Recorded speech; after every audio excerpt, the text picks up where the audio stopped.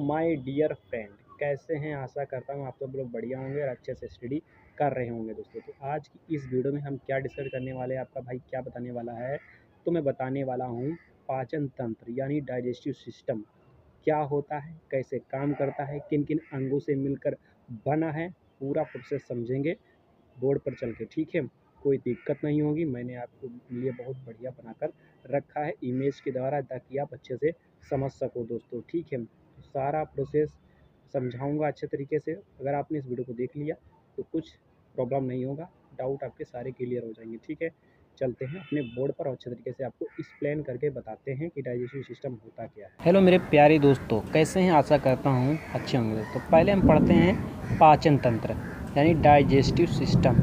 कहते किसे हैं भाई? डाइजेस्टिव सिस्टम कहते किसे हैं और क्या होता है आखिर में डाइजेस्टिव सिस्टम? देखो, डाइजेस्टिव सिस्टम का मतलब होता है हमारे तमाम अंग मिलकर एक तंत्र का निर्माण करते हैं। किसका निर्माण करते हैं? बहुत सारे अंग मिलकर तंत्र का निर्माण करते हैं, जिसे हम बोलते हैं सिस्टम। क्या बोलते हैं? सिस्टम। और पाचन को बोलते हैं डाइजेस्टिव, मतलब पचा हुआ भोजन को हम बोलते हैं डाइजेस्टिव।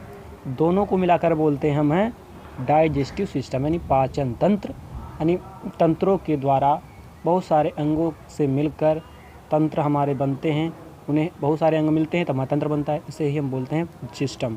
जैसे कंप्यूटर में नहीं होता है, कंप्यूटर में क्या बोलते हैं? CPU, मॉनिटर और माउस, कीबोर्ड तमाम मिलते हैं, इसलिए उसका सिस्टम बन जाता है कंप्यूटर का। इसी तरीके से हमारे शरीर में बहुत सारे अंग होते हैं, उनको मिलाकर हमारा एक तंत्र मिलता है, इसे जिसे सिस्टम बोलते हैं। और पाचन को बोलते हैं डाइजेस्टिव सिस्टम। हमने इसकी डिफिनेशन क्या लिख रखी है? देखो,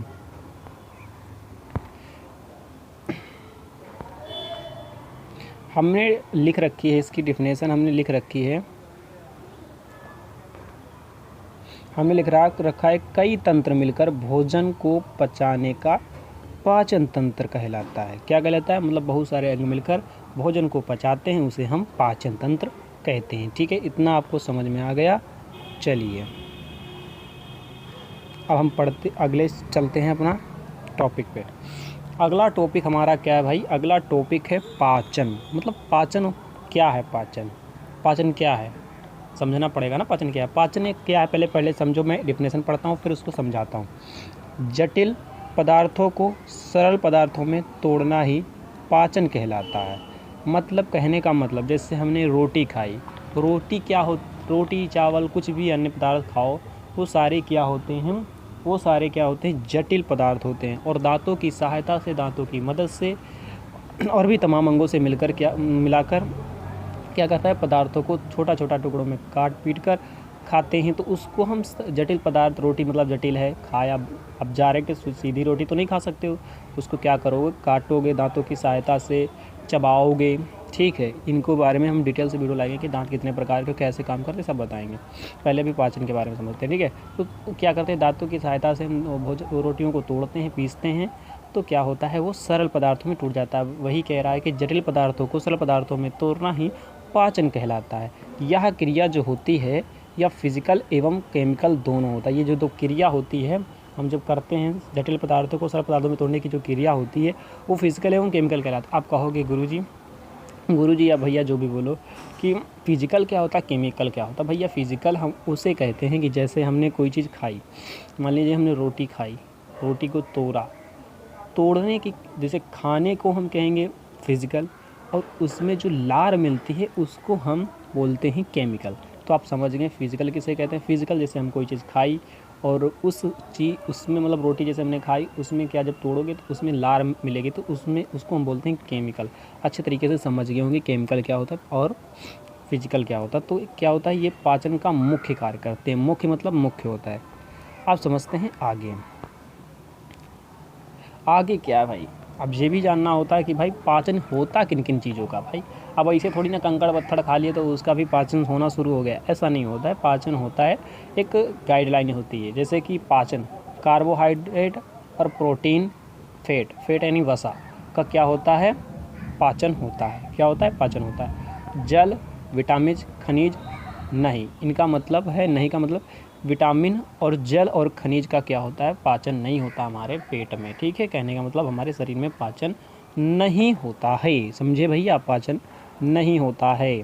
अब तुमसे कोई पूछ दे भैया पाचन काहे का होता है मछली में, तो बता देना प्रोटीन और फैट का। फैट मतलब तेलीय पदार्थ चीज़ें, वसा चीज़ें, इन चीज़ों का होता है हमारे। प्रोटीन दाल वगैरह ये चीज़ें होती हैं, इन चीज़ों को हम करते हैं। इसके बाद में क्या है, अब कंकड़ पत्थर खा लिया तो ये थोड़ी ना कंकड़ पत्थर खाया तो वो सब पच गया, ऐसा नहीं कुछ होता है। अब चलते हैं नेक्स्ट पेज पर।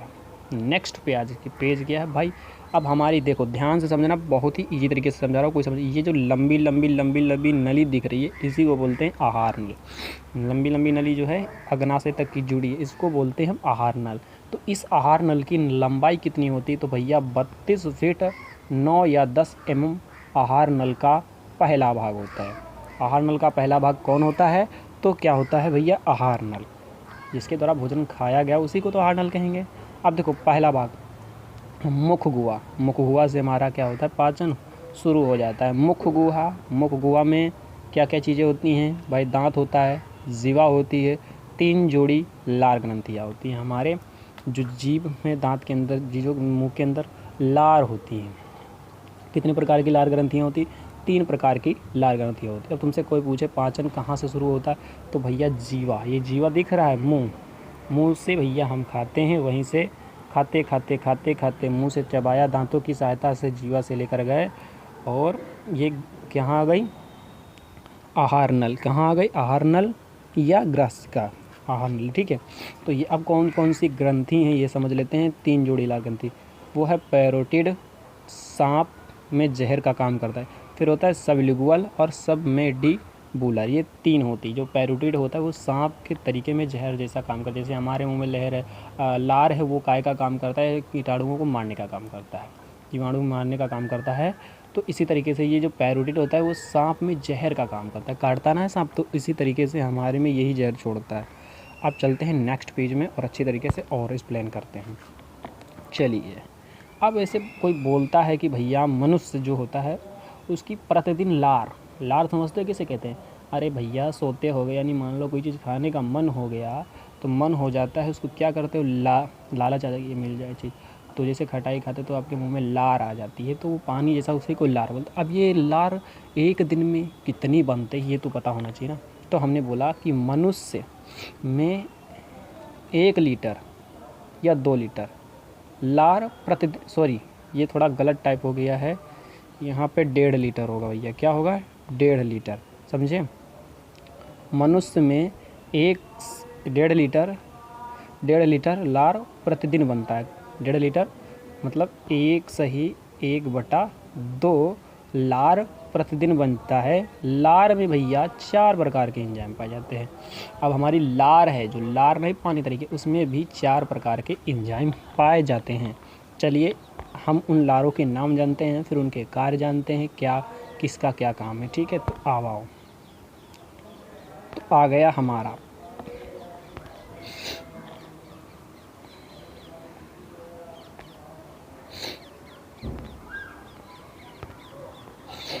पहला जो है हमारा एंजाइम, वो क्या है, लाइसोजाइम। भाई लाइसो एंजाइम का काम क्या होता है, वो क्या करता है, कीटाणु और जीवाणु को मारने का काम करता है। कीटाणु और जीवाणु को मारने का काम कौन करता है, लाइसोजाइम एंजाइम। जैसे मान लो आपने बिना हाथ धोए खाना खा लिया, बिना हाथ धोए खाना खा लिया, अब वो हाथ में तुम्हारे कीटाणु होंगे और जीवाणु होंगे, तो वो तुम्हारे पेट के अंदर जाएंगे ना। तो पेट के जाने से पहले वो क्या होते हैं, हम मारना शुरू कर देते हैं। नामक एंजाइम पाया जाता है, उसके द्वारा जो कमज़ोर कीटाणु होते हैं वो सब मर जाते हैं। क्या होते हैं, और बहुत तगड़े जो कीटाणु होते हैं वो आगे हम बताएंगे कहाँ मरते हैं, कैसे मरते हैं, कब मरते हैं, किसके कौन से एंजाइम के कारण मरते हैं, ठीक है। फिर दूसरा आता है टाइलिन नामक एंजाइम पाया जाता है। वो क्या करता है, किसका पाचन करता है भाई, वो करता है क्या है, डाई स्टेज का पाचन करता है, यानी कहने का मतलब चोकर का पाचन करता है। अब नहीं समझ पाए चोकर क्या होता है। अरे तुम आटा छानते होगे, या माँ बहन जो होती हैं वो क्या करते हैं, आटा को छानती हैं, जो निकलती है भूसी, उसी को बोलते हैं चोकर, उसका पाचन करते हैं। और चौथा जो है हमारे पास वो है म्यूकस। भैया म्यूकस का काम क्या है, भोजन को चिपचिपा बनाना। भोजन को क्या करता है, चिपचिपा बनाता है, जिससे कि वो ग्रास नली, देखो ये है ग्रासिका या फिर ग्रास नली बोलो, इसके द्वारा क्या है भोजन आसानी से चला आए, कोई दिक्कत नहीं हो, इसलिए क्या कहेगा है भोजन का चिपचिपा, म्यूकस का काम है भोजन का चिपचिपा ग्रास नली या ग्रासिका, इसकी लंबाई 25 सेंटीमीटर होती है। कैसी होती है? 25 सेंटीमीटर। थोड़ा सा इसका और मैं छोटा साइज करता हूँ। हाँ बस। क्या होता है? ग्रास नली या ग्रासिका की लंबाई, ग्रास नली बोलो या ग्रासिका बोलो कोई दिक्कत नहीं, ये है ग्रासिका, इसी को बोलो ग्रास नली या फिर ग्रासिका, बात एक ही, कोई दिक्कत नहीं। इसकी लंबाई 25 सेंटीमीटर होती, इसमें पाचन की क्रिया नहीं होती। अब भैया यहाँ पे जब भोजन ही नहीं ठहरेगा, कहाँ पे? ग्रासिका में जब भोजन नहीं ठहरेगा तो कैसे पाचन होगा बताओ? होगा पाचन? नहीं होगा ना। क्या होता है? पाचन नहीं होता है। ये जो आता है इसमें भोजन आएगा और ठहरेगा ही नहीं, सीधा रपटते हुए कहाँ जाएगा? अग्नाशय में आएगा। अभी इसके बारे में पढ़ेंगे पूरा डिटेल से, ठीक है। तो कितने सेंटीमीटर? 25 सेंटीमीटर का होता है। इसमें पाचन की क्रिया नहीं होती है। मुंह से आने वाली भोजन को पूर्ण रूप से पाचन नहीं होता है। अब कोई तुमसे कह दे भैया मुंह में का पूर्ण रूप से पाचन होता नहीं होता है, किस में होता है? आगे पढ़ेंगे। पाचन नहीं होता है। और ये जो होता है इसको काम क्या होता है? ये उसे बोलस कहते हैं। क्या कहते हैं? बोलस कहते हैं। अब बोलस किसे कहते हैं? मान लो हमने कोई खाना खाया, रोटी खाई, उसमें कंकड़ पत्थर आ जाता है। कंकड़ पत्थर आते उगल के देखते हैं हाथ पर, अरे बोल गोल जैसी बोल बन जाती, उगल जो उगलते हैं उसको देखते हैं, वही होता है बोलस। क्या होता है भैया? बोलस, उसे कहते हैं बोलस। समझ गए भैया? बोलस। चलते हैं नेक्स्ट पेज पर और समझते हैं क्या है। आता है अग्नाशय भैया।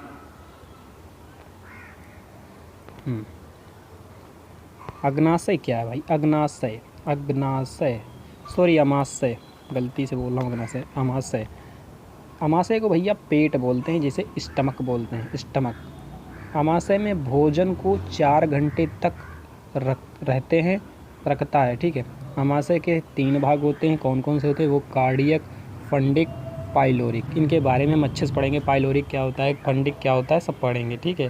देखो अमाशय को ही हम पेट बोलते हैं। कैसे?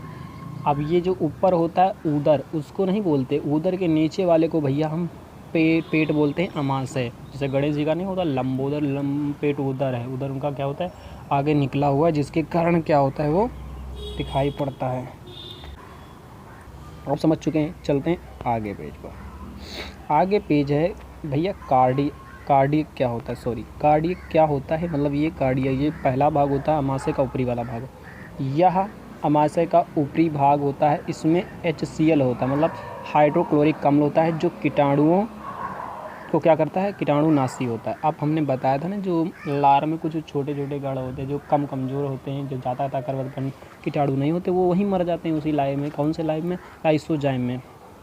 और जो बहुत ही मजबूत होते वो कहाँ आते हैं? अमाशय में आ जाते हैं। अमाशय में आने के बाद में कार्डियक में जो क्या पाया जाता है भैया? कार्डियक में HCl क्या पाया जाता है भैया? HCl नामक पाया जाता है, हाइड्रोक्लोरिक अम्ल, जिसके कारण वो क्या करता है? बड़े कीटाणुओं को, मजबूत कीटाणुओं को मार देता है। फिर होता है फंडिक, ये दूसरा भाग है भैया फंडिक। फंडिक क्या है? हम भूखे रहते हैं, सॉरी, इसमें कांटानुमा रूजी होता है। जब हम भूखे रहते हैं तो चुभता रहता है। कहने का मतलब है जब हमें भूख लगती है, तो हम क्या करते हैं? अरे दैया हमारे भूख लगी, अम्मा हमारे बहुत भूख लगी। तो ये क्या होता है? इस तरीके की रूजी होती, इस तरीके के कांटानुमा रूजी होती है, जो हमारे पेट में चुभते रहते हैं, जिनके कारण हमें भूख लगती है, फंडिक के कारण। समझे? क्या रहता है? एवं भोजन को रोक कर रखता है। ये भोजन को रोक कर रखता है। भूख लगेगा तो इसमें भोजन वैसे भी 4 घंटे तक की रुकता है अमाशय के अंदर। फिर होता है पाइलोरिक भैया, पाइलोरिक, नीचे वाला भाग पाइलोरिक। इसमें जठर ग्रंथियाँ होती है और उसमें क्या निकलता है? जठर रस निकलता है, जिसमें जठर रस निकलता है। समझे? तुमसे कोई पूछे जठर रस किस में निकलता है, तो पाइलोरिक में निकलता है। समझे? अब ये कितने प्रकार के होते हैं जठर रस, ये भी जानना बहुत ज़रूरी है। चलिए, जठर रस 2 प्रकार के होते हैं भैया। कैसे होते हैं? जठर रस 2 प्रकार के होते हैं। ये 2 जठर रस, मतलब जठर रस 2 रसों से मिलकर बना होता है। रेनिन जो होता है वो दूध से दही बना। अब ये मत समझना दूध पी लिया अंदर दही बन जाएगा भैया, तो इससे बढ़िया दही पी लो। दूध का पीने की जो दूध पियोगे तो दही बनेगा, दही पियोगे तो दूध नहीं बनेगा, दूध से दही बनता है। फिर होता है पेप्सिन। पेप्सिन क्या करता है? प्रोटीन का पाचन करता है, कंकड़ पत्थर का नहीं, प्रोटीन का पाचन करता है, ध्यान रखना। चलिए, अगर वीडियो अच्छी लगी हो तो वीडियो को लाइक कर देना और चैनल को सब्सक्राइब कर देना। अब मैं लास्ट में बोल रहा हूँ, ज़्यादा कुछ नहीं बोलता हूँ मैं। वीडियो को लाइक करना, वीडियो पसंद आई हो, वीडियो कैसी लगी हो तो कमेंट भी बता देना। वीडियो अच्छी है, बैड है तो बैड, गुड है तो गुड लिखना, और किस टॉपिक पर वीडियो चाहिए फटाक से हमें बताना। चलते हैं मिलते हैं नेक्स्ट वीडियो में। तब तक के लिए जय हिंद, वंदे मातरम मेरे दोस्तों, मेरे भाइयों, मेरे बहनों।